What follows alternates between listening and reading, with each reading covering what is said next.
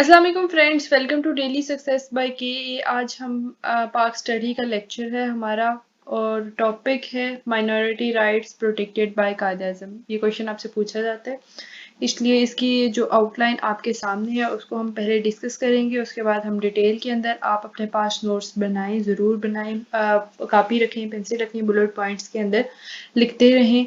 और अगर आप स्क्रीनशॉट लेना चाहते हैं तो जो भी आपको हेडिंग अपनी मर्जी की लगती है उसकी स्क्रीनशॉट ले सकते हैं और आप अपने पास खुद से नोट्स बनाएं, उनका आपको फ़ायदा ज़्यादा होगा।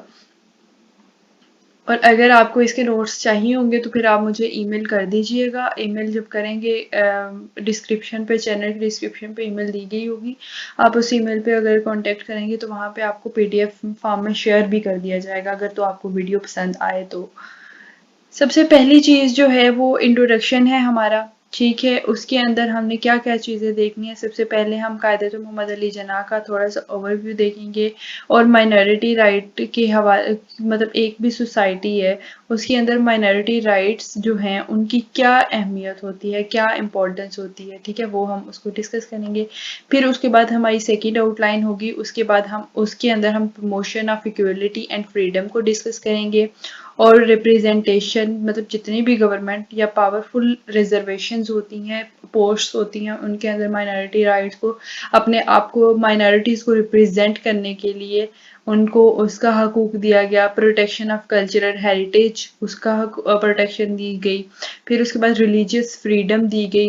इरेडिकेशन ऑफ डिस्क्रिमिनेशन, यानी जुल्म नहीं किया गया, डिस्क्रिमिनेशन नहीं की गई अब बिटवीन कंट्री के लोगों के दरमियान और जो माइनॉरिटीज़ रहती हैं उस कंट्री की, उसके दरमियान जो है वो कोई इरेडिकेशन, कोई डिस्क्रिमिनेशन नहीं की जाएगी। फिर उसके बाद आज के कॉन्स्टिट्यूशन के अंदर इसकी क्या इफ़ेक्ट्स है, लीगेसी होता है इफ़ेक्ट्स, तो वो इफ़ेक्ट्स हम देखेंगे and then at the last हम कंक्लूजन को देखेंगे। ठीक है, ये आपका छोटा सा ओवरव्यू था जो मैंने दिया है आपको आउटलाइन के हवाले से। अभी हम प्रॉपर वीडियो को स्टार्ट करते हैं। इंट्रोडक्शन। अब इंट्रोडक्शन के अंदर आपने क्या क्या चीज़ें देखनी है, हमने देखना है कायद-ए-आज़म मोहम्मद अली जिन्ना कौन थे, ठीक है। और उसके बाद हम देखेंगे एक डाइवर्स और इंक्लूसिव सोसाइटी के अंदर माइनॉरिटीज़ के क्या राइट्स होते हैं, इनकी डिस्कशन होगी। कायद-ए-आज़म मोहम्मद अली जिन्ना फाउंडर ऑफ पाकिस्तान थे, ठीक है, सदर पाकिस्तान थे। उन्होंने पाकिस्तान के प्रिंसिपल्स और जितने हमारे पास कॉन्स्टिट्यूशन या वैल्यूज़ आज हमारे पास प्रेजेंट है उनको शेप देने में कायद-ए-आज़म मोहम्मद अली जिन्ना ने बहुत इंपॉर्टेंट रोल प्ले किया है।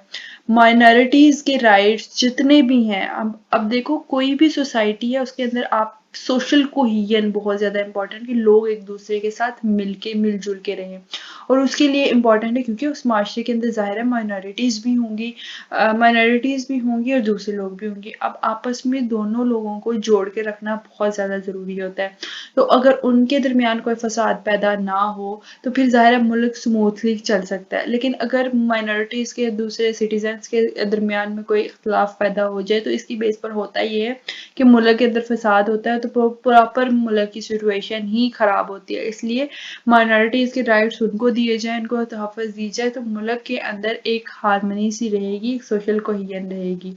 ठीक है, इंट्रोडक्शन के अंदर आप ये लिखेंगे। आप अब देखें, ये चीज़ें आपको बताई जाती हैं आपका सिर्फ कॉन्सेप्ट्स क्लियर करने के लिए। अब आपका काम है कि आपने मज़ीद इलेबोरेट करने के लिए आप अपनी तरफ से एक कॉन्सेप्ट ले लिए, तो अब उसके बाद अगला काम आपका है कि आपने किस किस तरह से उसको चीज़ों को चलाना है। आप मटेरियल ऐड कर सकते हैं आप अपनी तरफ से।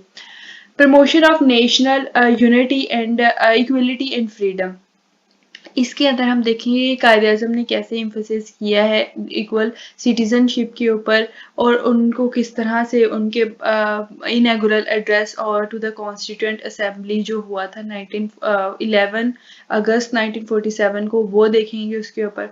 ठीक है, न्यूट्रलिटी होनी चाहिए स्टेट। अब कायद-ए-आज़म मोहम्मद अली जिन्ना ये बात पे बहुत बिलीव रखते थे कि हर पाकिस्तानी, वो रिलीजियस, उसका इस बात से फ़र्क नहीं पड़ता कि उसका रिलीजन कौन सा है, उसका कल्चर कौन सा है, कल्चरल बैकग्राउंड कौन सा है, वो इक्वल राइट्स इंजॉय करेगा एज अ सिटीजन। यानी पाकिस्तान के अंदर माइनॉरिटीज़ हैं, अब माइनॉरिटी हो सकता है उसका कोई और रिलीजन हो, और वो उसका जो भी रिलीजन होगा, रिलीजन से बालातर होके उसको इक्वल राइट्स दिए जाएंगे।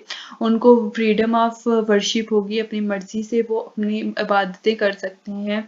मंदिर, जिस तरह हिंदुओं के मंदिर होते हैं, उनको फ्रीली वो मंदिर अटेंड करने, टेम्पल्स पर जाने दिया जाएगा।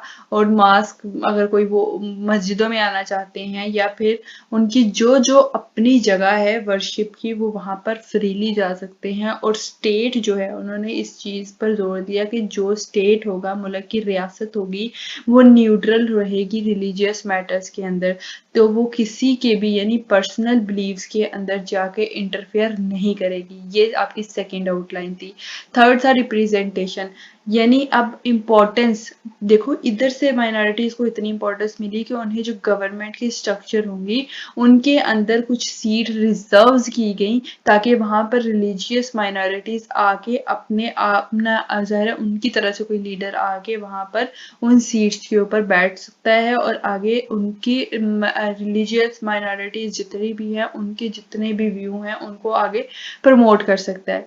फिर उसके बाद नेक्स्ट है कल्चरल हेरिटेज, यानी जिनके जो भी कल्चरल हैं, उन कल्चर को एबॉलिश करने की कोशिश नहीं की जाएगी। हर माइनॉरिटी अपने जो कल्चर को है वो सेलिब्रेट कर सकती है और उसको प्रमोट कर सकती है, उसके ऊपर उनके ऊपर कोई पाबंदी नहीं होगी। रिलीजियस फ्रीडम होगी, अपनी मर्जी, किसी के ऊपर इस्लाम थोपा नहीं जाएगा कि तुमने इस्लाम कबूल करना है और तुम रहना चाहते हो तो तुम्हें इस्लाम कबूल करना पड़ेगा, नहीं। वो अपने रिलीजन के मुताबिक अपनी ज़िंदगी गुजार सकते हैं, अपने फेथ को प्रैक्टिस कर सकते हैं, किसी भी डर और खौफ के बगैर। मंदिर जाना चाहते हैं मंदिर जाएं, चर्च जाना चाहते हैं चर्च जाएं, कोई किसी को नहीं रोक सकता। और स्टेट जो है वो न्यूट्रल रहेगी इन सब मामलात में, और डिस्क्रिमिनेशन नहीं होगी। हर एक को प्रॉपर इंसाफ दिया जाएगा, यानी रिलीजन या फिर कास्ट या फिर किसी भी क्रीड की बेस के ऊपर उनके साथ कोई जुल्म नहीं होने दिया जाएगा। उनको इक्वलिटी के साथ, अगर कोई सिचुएशन ऐसी आ जाती है कि उन्हें फेस करना पड़े कोर्ट, तो वहाँ पर कोर्ट उसको रिलीजन से बरअक्स उसके केस को जो है वो देखेगा। अगर हम देखें एंडियरिंग लेगेसी, तो आज कायद आज़म ने जितने प्रिंसिपल एक माइनॉरिटी के लिए बनाए थे, आप देखो तो आज के कॉन्स्टिट्यूशन के अंदर भी उनका इफेक्ट आपको नजर आएगा। कैसे? क्योंकि आज के कॉन्स्टिट्यूशन के अंदर भी माइनॉरिटी के राइट्स की अलग से बात की जाती है, उनको अलग से अच्छे और इक्वल राइट्स दिए गए हैं। तो कंक्लूजन ये है कि आपने कायदे-ए-आज़म के बारे में थोड़ा सा बता देना, फिर माइनॉरिटीज को ये जितने पॉइंट्स हैं ना 8, उन पॉइंट्स को आपने जोड़ के ना लिख देना।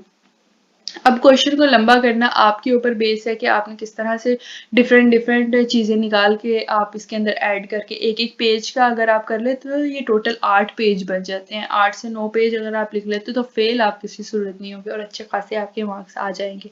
ठीक है, आई होप सो। यहाँ पर यही चीज़ें थी। आई होप सो आपके कॉन्सेप्ट क्लियर हो गए होंगे, आपको पता चल गया होगा इस टॉपिक की डायरेक्शन क्या है, क्वेश्चन किस तरह से पूछा जाता है, वो मैंने स्टार्ट में ही आपको लिख दिया हुआ है। तो वो वैसे क्वेश्चन आपने करना है और आपके इंशाल्लाह आपके अच्छे मार्क्स आ जाएंगे। अभी अगर आपको मेरी वीडियो पसंद आई तो लाइक करना ना भूलिएगा, लाइक करके ज़रूर जाएं, चैनल को सब्सक्राइब करें।